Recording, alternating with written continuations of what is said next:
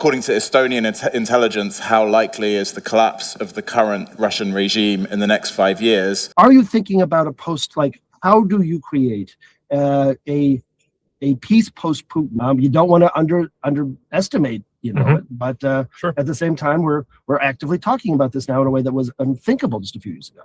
Fully agree with you. Yeah.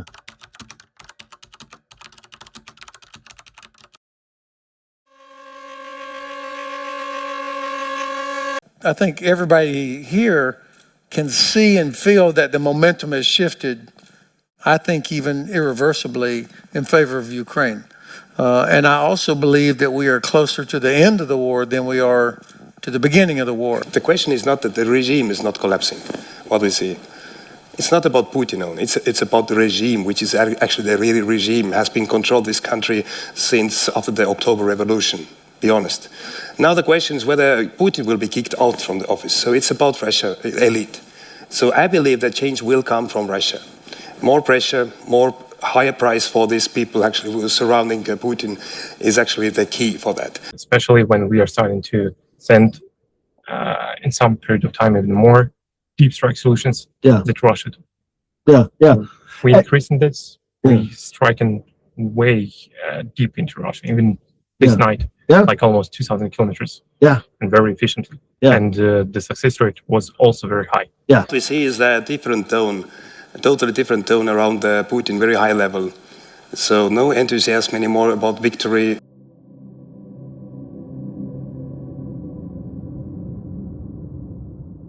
Don't be afraid of collapse of this regime of Putin. We were told during the collapse of Soviet Union, it's a bad thing. You don't need to become independent totally yet now, in 1991. Please wait a bit, but let's keep going on with more democratic Soviet Union. So we don't believe in that. I just want to very briefly,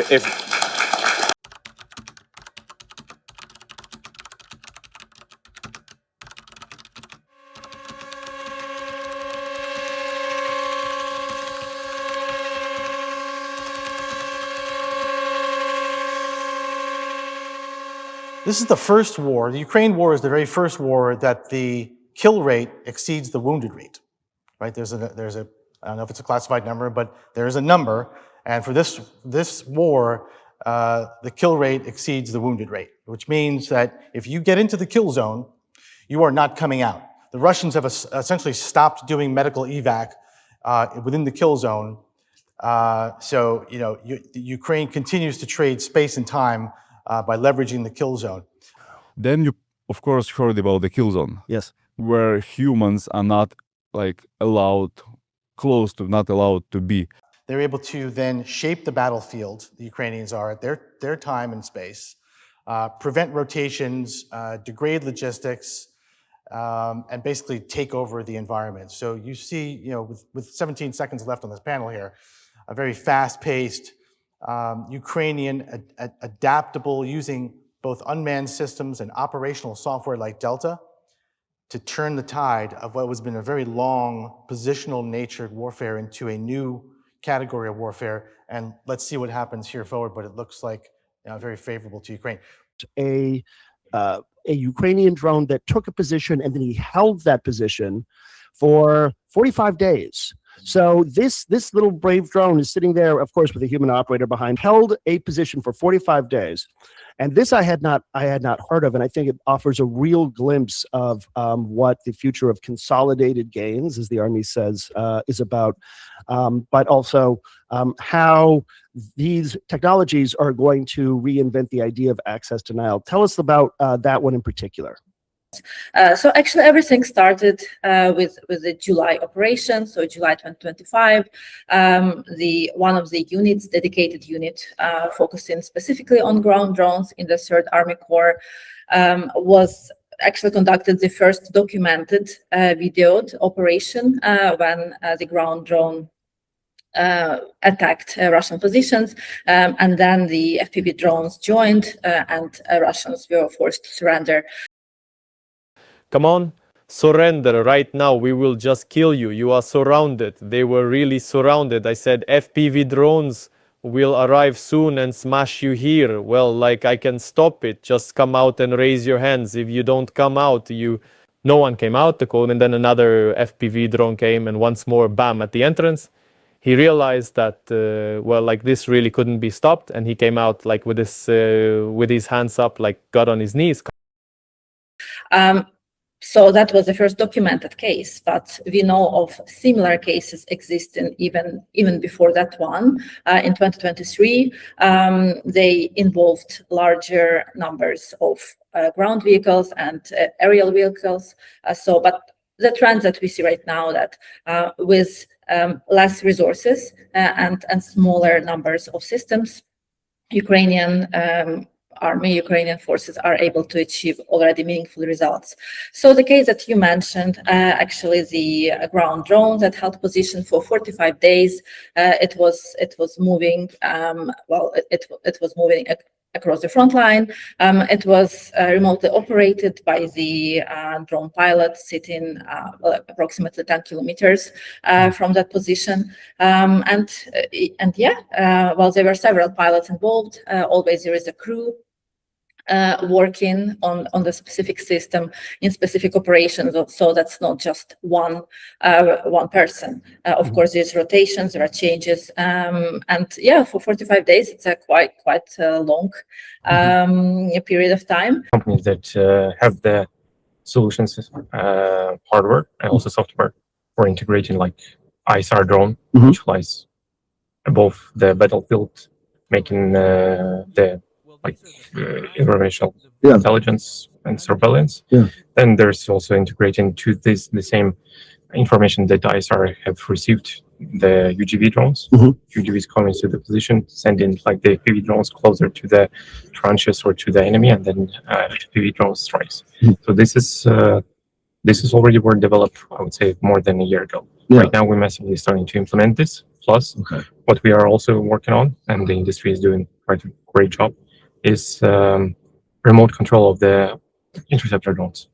So we're creating some sort of network, distributed network of different places where there can be some of the interceptor drones, and where needed, when needed.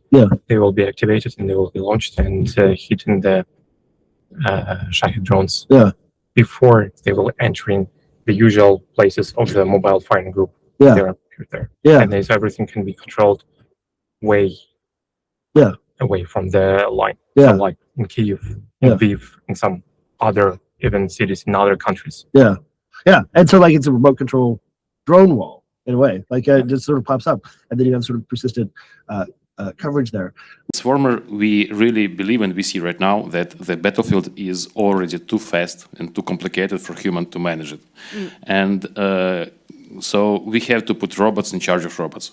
Like, it's inevitable. AI is already there. It's just our take. Will we try to put some policy on it, or we will try to use it? Otherwise, other bad guys will do this instead. Discussing this, it's like a movie already. Exactly. Like even 10 years ago, no one could imagine that there's going to be such a level of integration of the unmanned solutions and drones. And even right now, what we are discussing, I mean, within the further fully autonomous solutions. Will be quite soon. Of us. And the key point here is, on the one hand, we have to build it in a way how we build as an industry, how we build self-driving cars. So it's not some AI magic black box. It's something very traceable, something very clear, and the AI that we can trust to. Why? Because we need a very different pace of adaptation, very different. Human just can't manage that. Ukrainian forces are still operating in the territories that are populated by civilians. So there are civilians there. There are children, there are elderly, all sorts of people living there. So just giving ground drone that ability to make decision, to engage, to strike and kill, that would be a very dangerous development, and Ukrainians are against that. If you found like a threshold where you knew it was sort of like safe enough to just have that whole thing just happen autonomously, because the recognition of the drone, the probability was high enough, and you had a point of accountability, whoever decided to do that, you could have this is something you just technologically could already do. It's kind of always there. How it works currently in Ukraine, all of the systems are being linked with each other.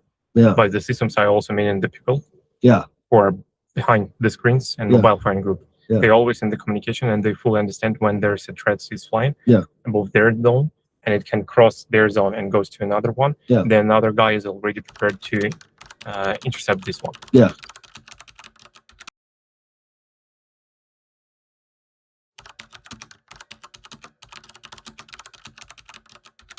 This is exactly the level of the synchronization that we have achieved. To achieving it autonomously, that will take some time. But I'm sure that one day we will have only, I don't know, like 10 guys who are just going to be responsible for approving the interception to intercept. And it will be flying automatically and goes direct to the target. And for instance, right now, if you, like, nobody from Ukraine will tell you this, right? But it's not what happening to Ukraine by Shaheds should scare us in Europe. It's what Ukraine is doing right now with Russia. Because Russia come unprepared, completely unprepared, and unprepared in terms of the doctrine, air defense systems, communications, all the processes. It's far from only pure software layer. But it gives us lessons. If we will rename or replace the Shahed right now to V1, and put Great Britain instead of Ukraine or Lithuania, it will be the same story as in the Worldwide War, when V1 systems were basically swarming and bombing Great Britain all over the place. And it's not single radar or single innovation that saved the soil. It was the system and basically the adaptation loop, which brings us back to the point when we have to build the software layer, because this is the easiest thing that can be changed instead of hardware. And there were several, you know, exercises between Ukrainian and NATO countries. The recent one in Germany, nobody writes about it due to some reason. The key difference is not we use perfect drones. The Ukrainians use perfect drones or perfect tech, perfect systems. They just get used to adoption. So we arrive to the part of the exercise, like frontline, like figure out what's happening and taking all the best actions up to the set of imperfect tools. And this is the key difference. And this is something that we have learned here. There was a hedgehog exercise in Estonia. There was one recently that the US put together. In Estonia, they had a Ukrainian team go out and basically do a spider drone assault. And you mentioned, like, yeah, it's important to experiment so that you try things out and fail. Got shellacked by, like, the dudes. A Delta team that had been working with Ukrainians did this, like, you know, did a same maneuver thing in the US.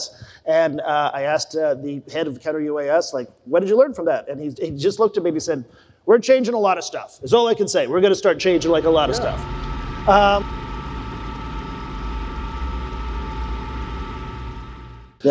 What is important also is not to be afraid of, especially when you are doing an experimentation or an exercise, learning by failure. Because I prefer to fail during an experimentation or an exercise rather than when the real shit happens. So, excuse my French. So I'm sure that in the future there will be a bunch of movies on some of the operations that were done. Yeah, well, I mean, get in touch with me first because they'll write it up shittily if they don't actually have good sourcing.